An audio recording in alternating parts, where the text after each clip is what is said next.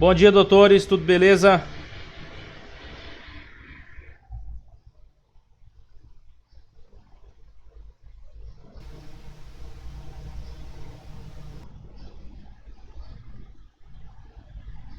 Tudo na paz.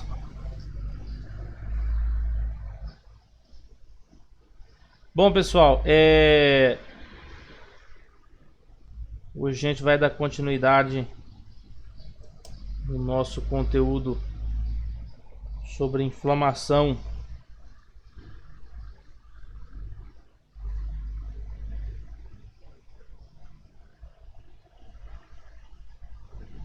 Pessoal, resta alguma dúvida com respeito à última aula? Tudo tranquilo? Não, tá tudo tranquilo, tava bem explicado. De boa, né? Sim.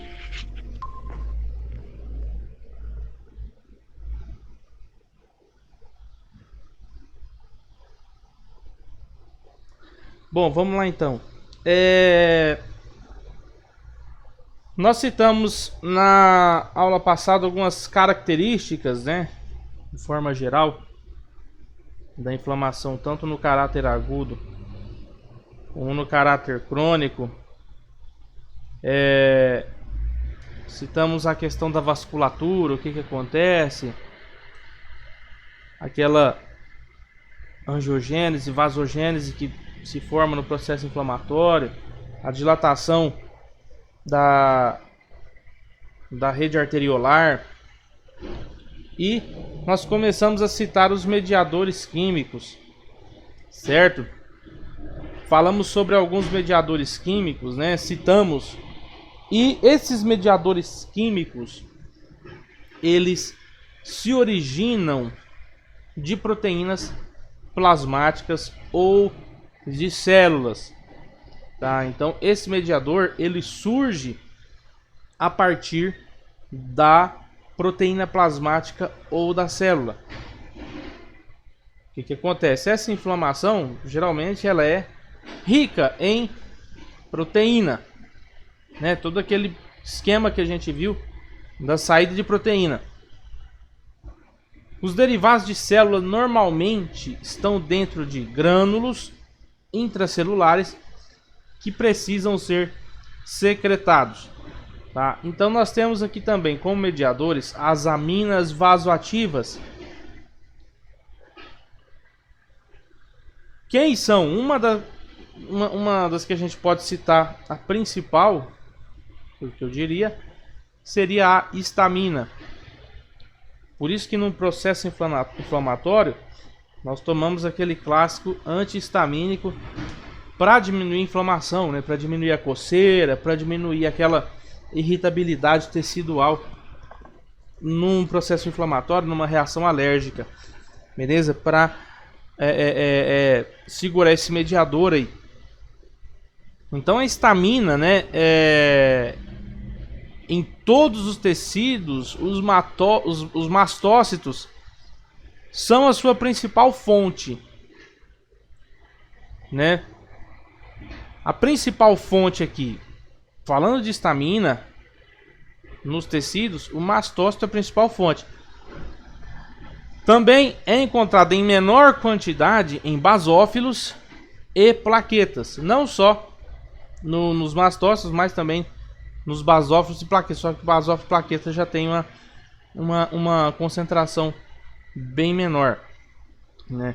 E isso é liberado frente a um trauma, né, que é a própria pancada que você leva, que vai começar aquele processo inflamatório, o próprio frio, o calor, a própria reação imunológica que envolve anticorpos, que nós citamos o processo alérgico, aquele paciente que, quando exposto aí ao algum tipo de agente, e há ali o mediador IgE, também as proteínas leucocitárias, né, que também liberam histamina, os neuropeptídeos e as citocinas. As citocinas a gente falou já na aula passada lá, comentou um pouquinho sobre elas.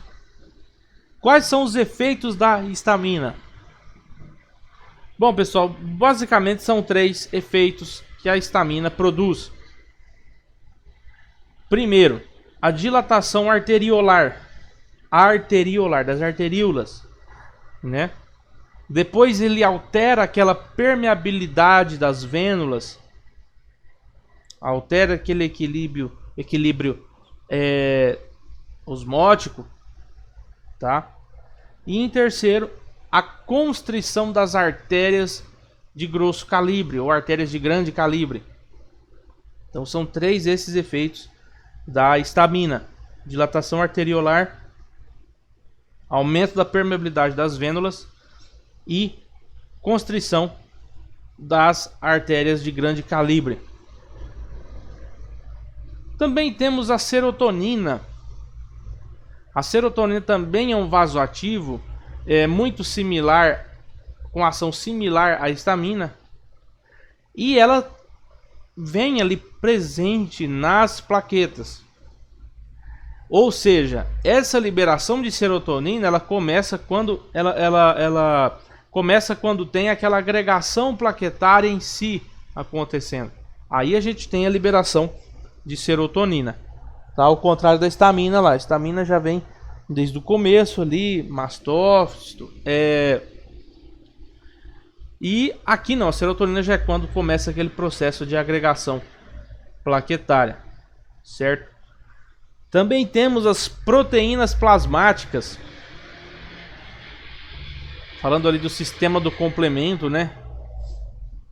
Essas proteínas do complemento, elas estão ali presentes no plasma.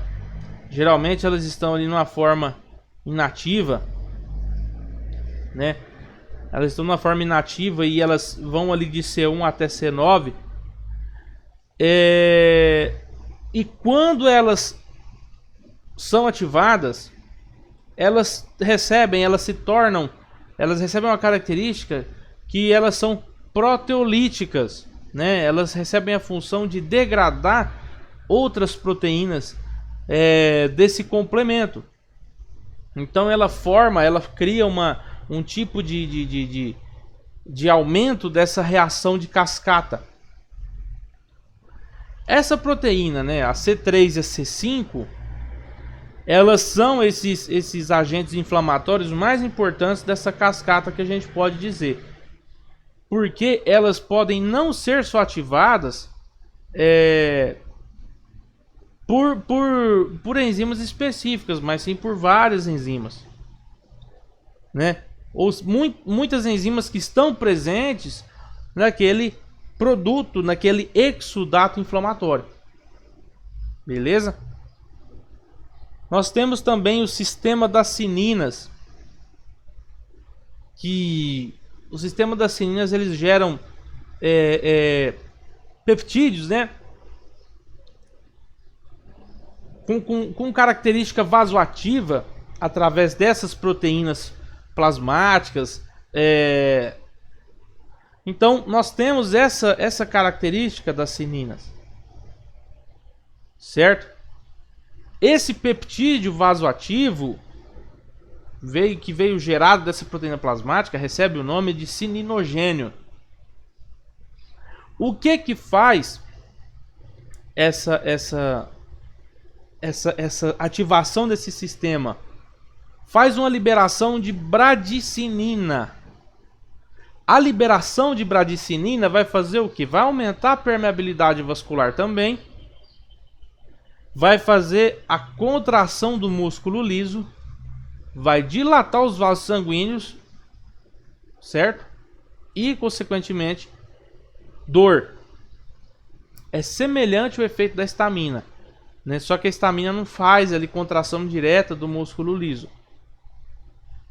Então nós temos isso que difere a cinina, o sistema das cininas lá da histamina. Também o sistema de coagulação, né? O sistema de coagulação e da própria inflamação, eles são, como o livro nos refere, intimamente ligados, né? A coagulação ela forma trombina e fibrina devido o fator de Hegman. que acontece? Uma proteína feita no fígado que circula de forma inativa, né? Essa proteína ela vai entrar em contato com o colágeno, vai entrar em contato com membrana basal ou com plaqueta e vai gerar essa dizemos, cascata de coagulação. E a própria trombina, acaba-se que ela torna-se a principal ligação entre a coagulação e a inflamação. Essa trombina, que é produzida durante o processo de coagulação, né, que depois que há essa coagulação ela aparece, ela vai se ligar diretamente em alguns receptores, que são receptores específicos, né, e vai desencadear essa resposta inflamatória. Então eu tenho uma inflamação endotelial provocando trombo, devido a essa ligação direta a esses receptores específicos. Beleza? E comentando de algumas medicações, nós temos aí algumas medicações que inibem esse processo inflamatório e que seguram essas cascatas.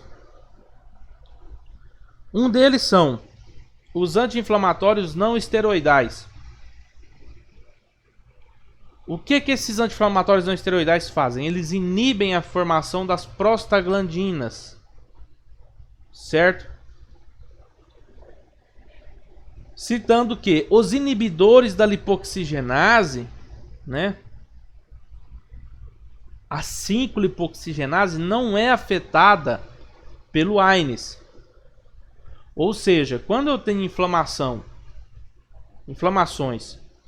que são mediadas ali por 5-lipoxigenase, eu não tenho que usar essa medicação, esse anti-inflamatório não esteroidal. Eu tenho que usar uma medicação que vai bloquear essa produção,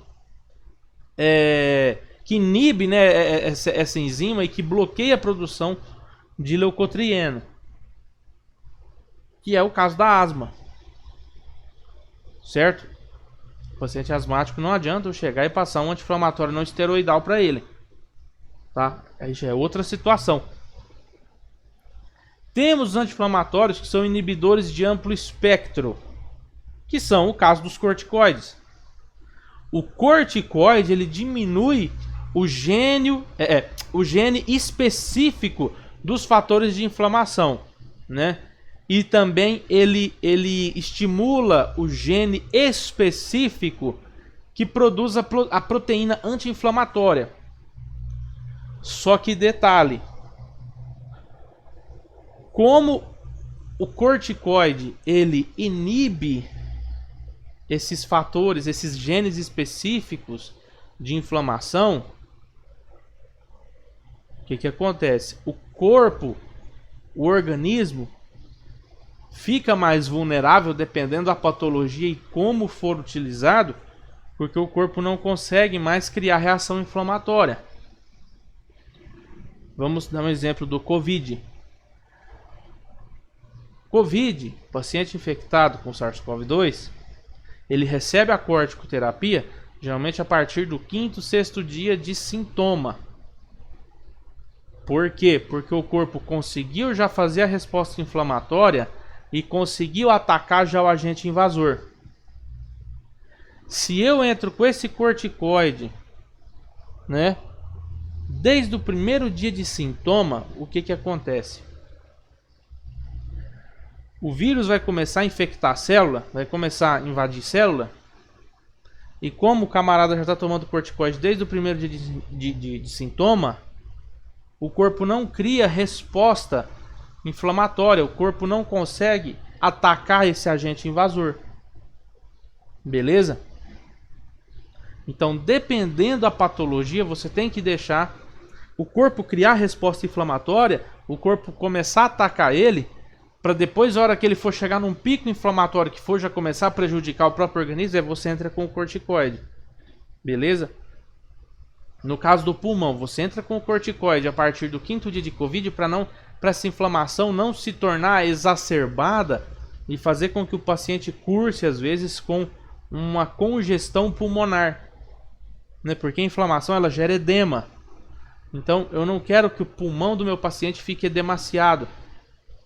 Então, por isso, eu deixo o organismo criar a resposta inflamatória, ir lá, atacar o vírus, tentar isolar o vírus, e depois eu entro com essa medicação para brecar essa resposta inflamatória exacerbada.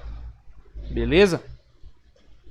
Então, dependendo da patologia, você não entra com corticoide de cara. Você espera um pouquinho, deixa o corpo criar a resposta inflamatória, porque o corticoide ele diminui esses genes específicos de fatores de inflamação.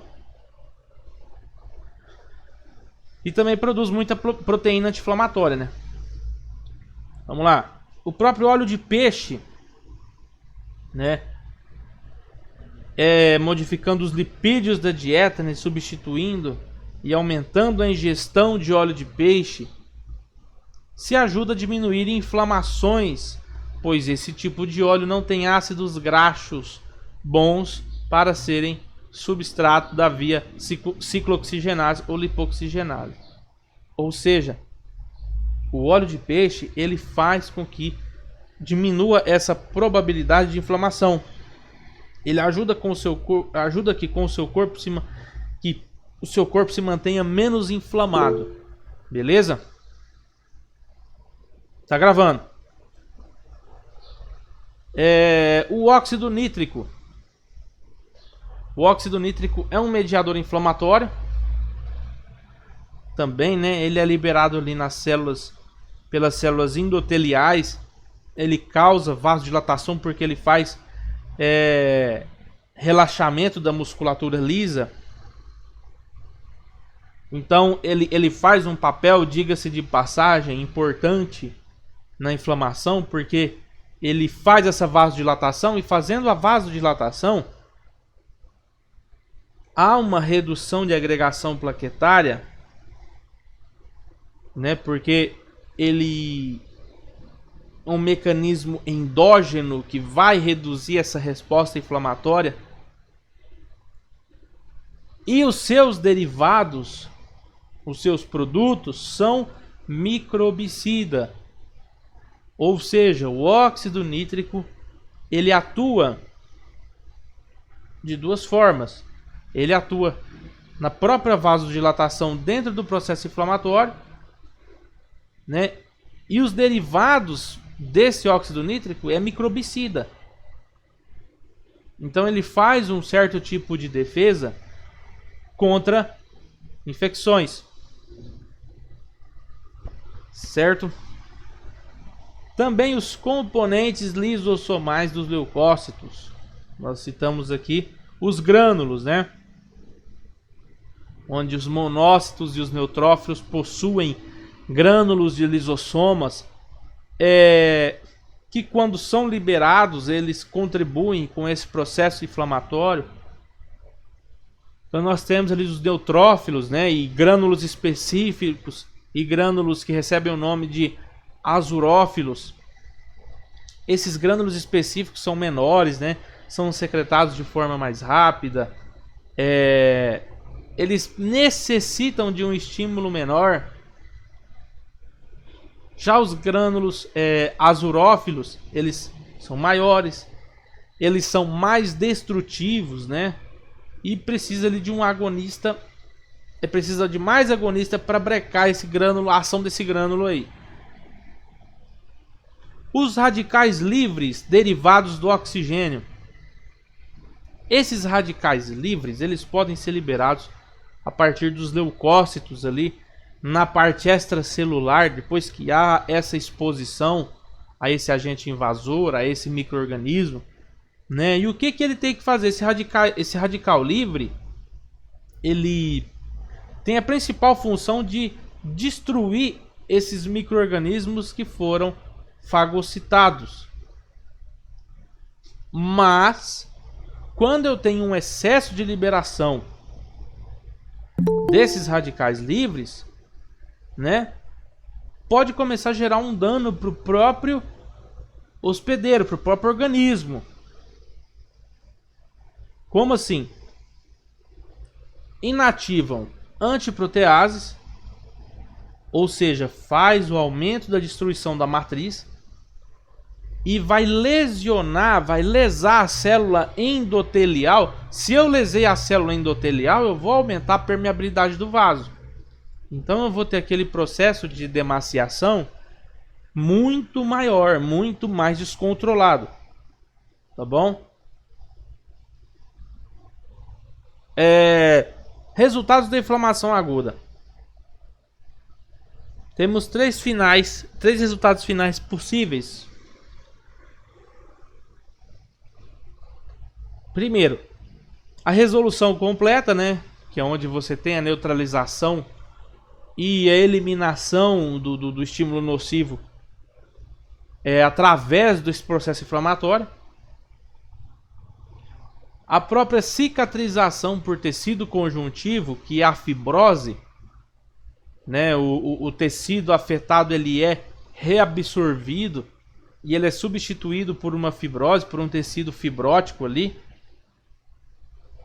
Então por isso que às vezes você num processo inflamatório, você encontra um resquício fibrótico meio duro depois de um abscesso. Quando aquele abscesso você drena, você trata aquele abscesso, ele vai ficar aquele tecido fibrosado, tá? Ou a progressão parcial da inflamação aguda para a inflamação crônica. Beleza? Não há resolução, mas deixa de ser um processo agudizado e passa a ser um processo crônico. Quais são os padrões morfológicos da inflamação aguda? Nós podemos citar primeiro que a inflamação serosa, que é quando você tem aquele extravasamento de fluido derivado do plasma, né? Que é aquela bolha de queimadura. A infecção virótica, que é a herpes, né? Aquela bolha com aquele líquido transparente, né? Parece água. A inflamação fibrinosa, que geralmente você tem aqui lesões mais graves envolvidas, né? Que facilitam que o fibrinogênio passe para o espaço extravascular e comece a formar essa fibrina. O exemplo da meningite, da pericardite, da pleurite, tudo passa por esse processo. O fibrinogênio passa para o espaço extravascular e começa a formar fibrina. Então você tem um processo fibrótico atuando ali, começando ali de uma forma mais rápida. A inflamação serosa, né? Nós temos aqui um aumento, né? Nessa seção transversal. Então você tem aqui uma bolha, um exemplo de uma bolha, né? E a separação da epiderme e da derme, certo? Pela coleção focal de efusão serosa, aquele acúmulo de líquido ali que separa.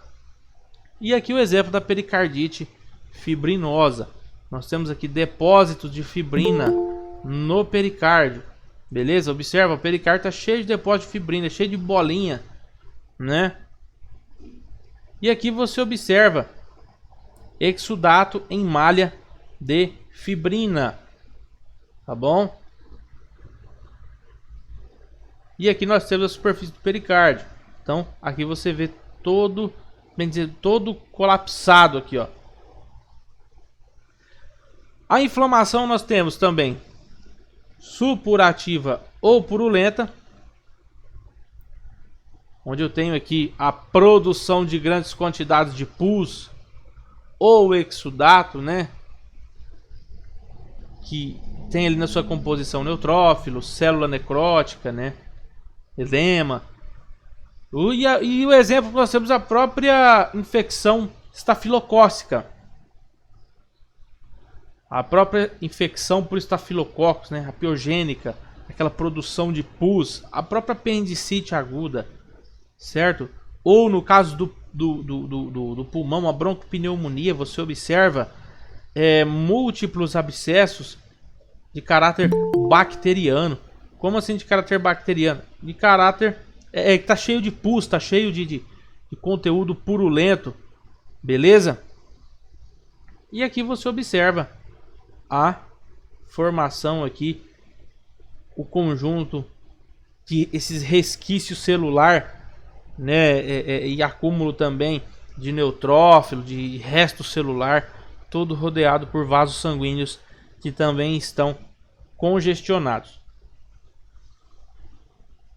E a úlcera, né? Nós temos as úlceras, que é um defeito da superfície, né? Um defeito local, aquela ferida que geralmente é produzida pela descamação do tecido inflamatório, do tecido necrótico. Um exemplo de uma úlcera gastroduodenal, tudo bem? Aquela úlcera clássica, esofágica, aquela úlcera de câmara gástrica mesmo, aquela que o paciente começa a referir muita dor pós-prandial ou quando fica muito tempo em jejum. Você vai faz endoscopia naquele paciente e você observa aqueles focos ulcerosos, aqueles focos de lesão bem delimitados ali. Beleza, pessoal? Beleza, professor. Beleza, doutor? Alguma dúvida? Tá de boa? Beleza, tranquilo. Pessoal, da minha parte hoje é só, tá? Vocês estão liberados. Qualquer coisa,